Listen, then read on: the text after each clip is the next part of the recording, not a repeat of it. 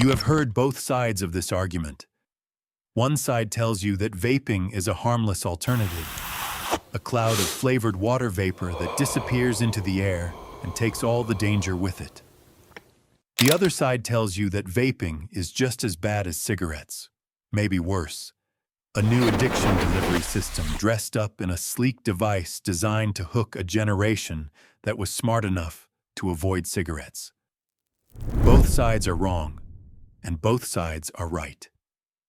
And the truth sitting in the middle is more complicated, more interesting, and more important than either version you have been handed. So let us go through what the science actually says. Not the headlines, the science. Start with cigarettes, because cigarettes are the baseline everything else gets measured against. A burning cigarette produces smoke through a process called combustion. When tobacco burns, it generates over 7,000 chemical compounds.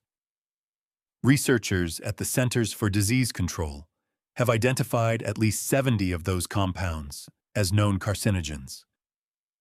Formaldehyde, benzene, arsenic, hydrogen cyanide. These are not trace amounts of mildly concerning chemicals.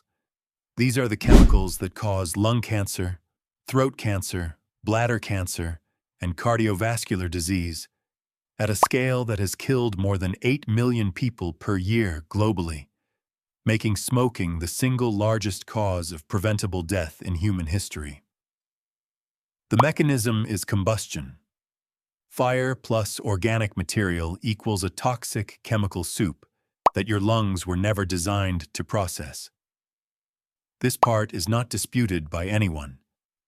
Cigarettes are one of the most thoroughly documented causes of preventable death that science has ever studied.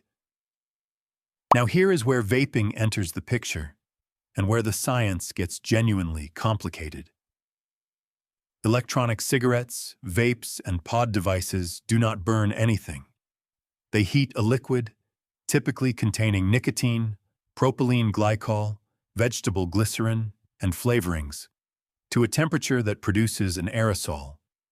Not smoke, an aerosol. And the absence of combustion means the absence of the 7,000 compounds that combustion produces. Public Health England, in a widely cited 2015 review that has been updated multiple times since, concluded that vaping is approximately 95% less harmful than smoking cigarettes. That number gets quoted constantly. It also gets misunderstood constantly. 95% less harmful than cigarettes does not mean 5% harmful in absolute terms.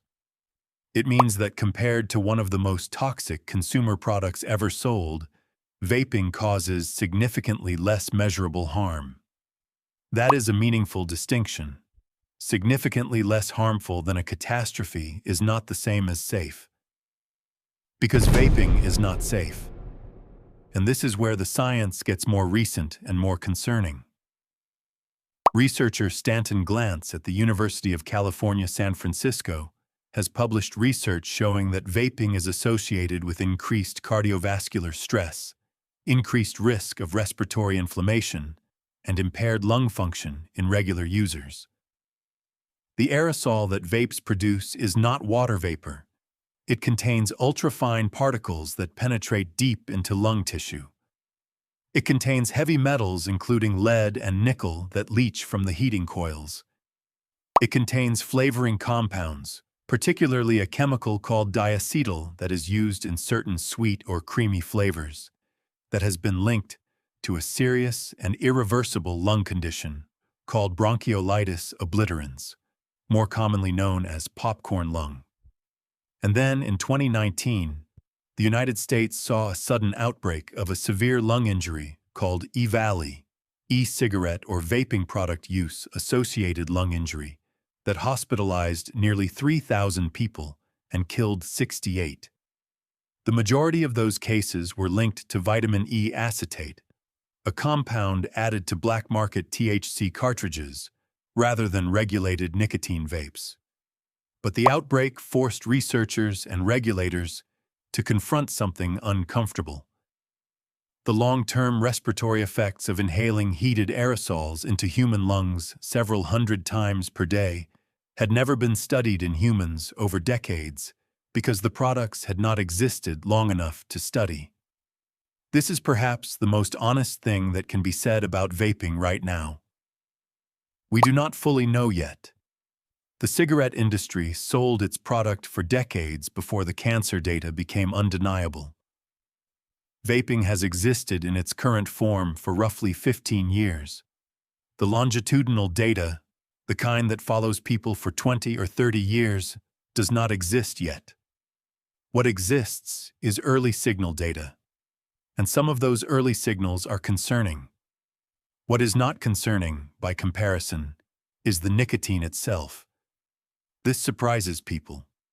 Nicotine is the addictive compound in both cigarettes and vapes. It is the reason people cannot stop. It raises heart rate, constricts blood vessels, and has measurable effects on cardiovascular health in high doses.